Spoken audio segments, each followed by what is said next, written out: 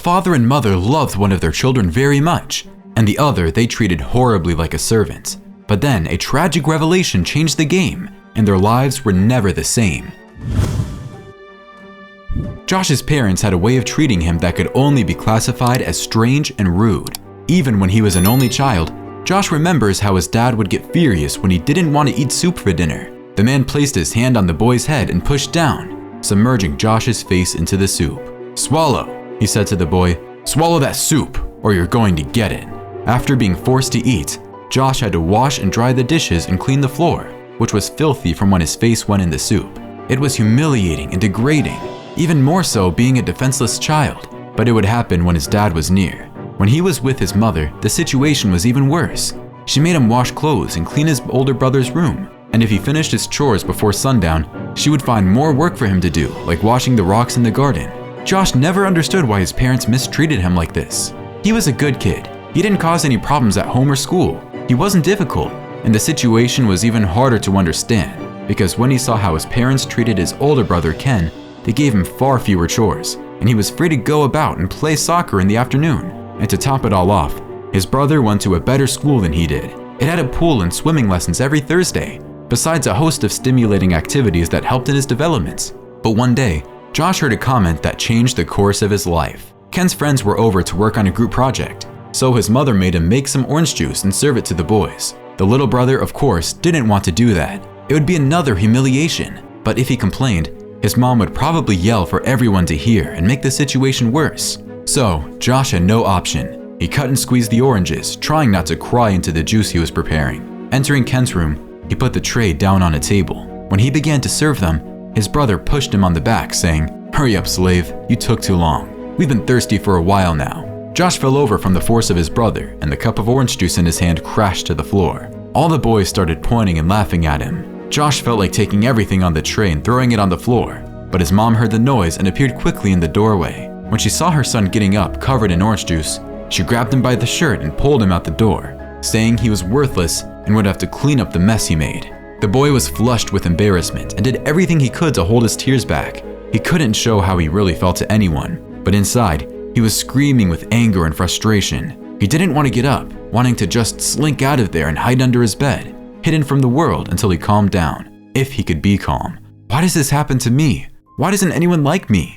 Were the things he asked himself as he mopped up the spilled juice. After this lamentable scene, Ken's friends decided to leave, but one turned, looked at Josh and asked, "Hey little man, why do you have two fathers?" And once again, they all laughed at Josh's expense. Josh was already 14 years old, and they were 14 long years lived in a real inferno, putting up with humiliations and sucking it up in silence. But what his brother's friends had said left him confused. What did he mean I have two fathers? What's he talking about? Days later, when he got up the courage, Josh left his school and went to his brother's school instead of heading straight home as always. It was Thursday, and there would be a swim class in the afternoon, so he might be able to see all of Ken's friends there. He wanted to meet the one who talked with him and asked him what he meant by that comment. He went up to the gate of the expensive school and told the guard he needed to speak with his brother, Ken. He went straight to the pool's dressing room, but the boy who had made the comment was surrounded by his friends. Josh knew they would likely make fun of him for something if he went up to him now. After all, he noticed that people feel more confident in a group and often act in the worst ways. So Josh hid for a while people started leaving.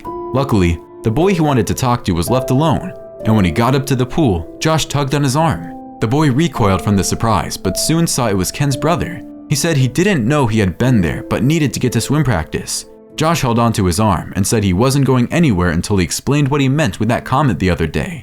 "You wanted to know why I have two fathers," Josh said, ashamed to have to repeat those words. Finally, the boy remembered and laughed sarcastically. "You don't know what I'm talking about? Seriously?" he said, now not even trying to hide his contempt. "Sorry, man. I thought you knew more than that. All I know is my mom told me you had two fathers, but that's all I know. Ask your mom about it. Now leave me alone," he said, pulling his arm away. While the boy went on his way, Josh felt his hands shaking. What did all this mean? That he was adopted? Thinking about this, Josh wasn't sad or bothered. Honestly, the possibility of being adopted pleased him greatly at that moment. He left the school hoping he really had been adopted and that he had another mother and father somewhere, because this would allow him to find his real parents and leave the hell that was that house. He figured there is no way the other family would treat him as badly as this one had. He walked through the city streets like he was walking on clouds. He was so excited by the idea of having another family waiting for him somewhere. He began thinking of how he would find out more about this mystery. He thought about going to that boy's house and asking his mother directly. Now would be a good time since the boy would not be there to get in the way of him talking with her. And that's what he did. He ran to the boy's house as fast as possible. Arriving there, he rang the doorbell and waited for the woman to come. When she opened the door, Josh asked if she knew who he was. She said yes, he was Ken's younger brother. And even more, she also knew his dad since they were kids. So Josh took a step forward and was straight with her. He wanted to know why she told her son he had two fathers. The woman became noticeably uncomfortable. She looked around and said it would be better to go inside to discuss this. Inside, she offered him coffee and water. She sat right in front of him and said that he was older now and had the right to know the truth. "What is the truth? What are you talking about?" he asked, his voice cracking. But the woman only responded that he would have to follow her and see for herself. She finished her coffee with a long gulp, got up, and took her car keys out of her pocket. She motioned for him to follow her, and he obeyed. Sitting in the car, the boy was electric. He would meet his parents in a few minutes, and his life would change forever. In his head, he practiced what he would say to them and how he would ask to live with them from that moment on. However, Josh didn't know that the reality was much harsher than that. When the woman parked the car, they were on a street with hardly any houses and just a handful of small businesses. But in front, there was a big cemetery. Josh felt his stomach drop. She guided him through the cemetery pathways, saying that she and his dad were schoolmates. They'd even dated, but in the end, they broke up and he married another woman he met a couple of years later. They separated a little before he went to study at the university. His father had done well after college. He opened a specialized tour agency with his wife that mapped out houses and apartments for short-term rentals, primarily to tourists. This new tourist agency was spread rapidly across the country, making the couple very wealthy beyond any expectations. When Josh was just a 1-year-old, his parents decided to take a romantic trip and leave the baby with his aunt and uncle. "They thought you were too young to take such an adventure, and I think they were right," said the woman. She stopped for a moment and crouched over to be the same height as Josh. Then she told the story about how their plane went through horrible turbulence and had an accident, plunging into the ocean thousands of miles from there. There were no survivors. Finishing the story, she pointed to the side where there were 2 gravestones. He immediately understood they were the gravestones of the people in the story, his birth parents. Josh was taken over with an overwhelming mix of sadness and emptiness. Turns out, no family was waiting for him. No one that could save him, much less love him like he deserved and desired. There was nowhere to go. Though this was his primordial reaction to the revelation, he felt deep down inside a sense of relief too. After all, he wasn't the biological son of those creatures he had at home who forced him to be unhappy and incomplete. It was a little painful to think they were his aunt and uncle, and they had never been honest with him regarding his true origins all these years.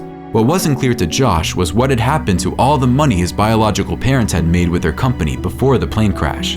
The woman knew nothing about that. They had just returned home and she gave him a business card. "This is of a lawyer who was your father's friend and took care of things for him. If anyone knows what's going on, it's him," she said. Josh walked home with his feet more firmly on the ground. He no longer daydreamed about being saved or that some miracle would happen. He was full of questions and could hardly sleep that night. When his brother asked him to wash his soccer jersey, he didn't respond. So Ken took his cleats and threw them against his brother's back. But Josh was so absorbed in his thoughts that he didn't even react.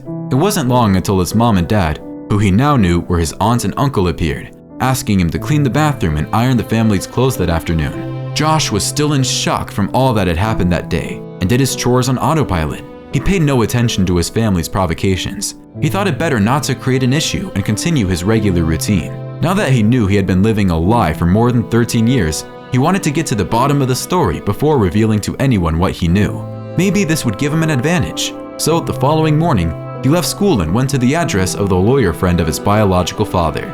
The lawyer was named Jonathan Holm, and he received the young boy with curiosity. It was very rare that an adolescent entered his office alone. At first, Jonathan didn't recognize Josh as his friend's son, though his facial features were not strange. Only when the boy mentioned the plane accident did the lawyer leap up and embrace the boy. "Now I understand everything. You really look like Ryan," he said, referring to the biological father of the boy before him. Josh cried when he heard his father's name and told his whole story to the lawyer. Jonathan was dismayed by how the aunt and uncle were treating the boy. He had no idea what had happened to Josh all these years, but felt a little responsible for the situation. After all, he was not only Ryan's friend, but he had worked to make sure that Josh was adopted by his aunt and uncle soon after the tragedy with his parents. "I'm going to save you from those bastards," said Jonathan. The lawyer explained that there was a document affirming that his parents' money could be used by his aunt and uncle to care for Josh until he turned 18. After that, Josh would in fact have total control of what was left of his parents' fortune. However, the people who cared for him until he was 18 would have the right to 10% of the remaining fortune, as long as the will's conditions were met. Jonathan soon realized that the boy was not only being mistreated by his family and being abused by them, but that part of the money that should be financing Josh's education was being redirected to pay for Ken's private schooling. Jonathan contacted the city's Child Protective Services and explained everything that had happened to Josh. 3 days later, 2 social workers appeared at Josh's house and found the 14-year-old boy doing various household chores at the same time while his aunt was out shopping. His uncle worked outside, and his brother played a video game in his room, completely unconcerned. Josh told them everything right then and there. Consequently, his custody would be contested, and his aunt and uncle would respond in court to child abuse charges. With all this at stake, Jonathan issued a note saying the financial accord with the aunt and uncle about Ryan's fortune had been broken, because in addition to having proof they were not caring for the boy, they were also diverting Josh's money to pay for his brother's education. During the audience where the note was read and validated by a judge, Josh's uncle became desperate. His aunt pounded on the table, crying that it wasn't fair, as she had taken care of that brat for 14 years and deserved compensation. But the judge was not in the mood to negotiate. She understood that the couple accepted the little boy, only thinking of the money they can make with him, without any commitment to the biological parents or human dignity. The judge looked at everyone before her, and finally at the aunt and uncle. In addition to you receiving no compensation, you will also need to compensate Josh in the value of $280,000, which is $20,000 for all of the 14 years he suffered because of you. And you will also carry out 200 hours of community service at the city's orphanage. In the following months, Josh began to study at a private school with a pool, a nice cafeteria, new friends, and an excellent soccer team. The lawyer Jonathan assumed custody of the boy and used all the monthly income from his family's fortune to benefit him. As for his aunt and uncle, they have yet to visit Josh. But one day, while walking through a park in the city with his new friends, he saw the two carrying out their sentence.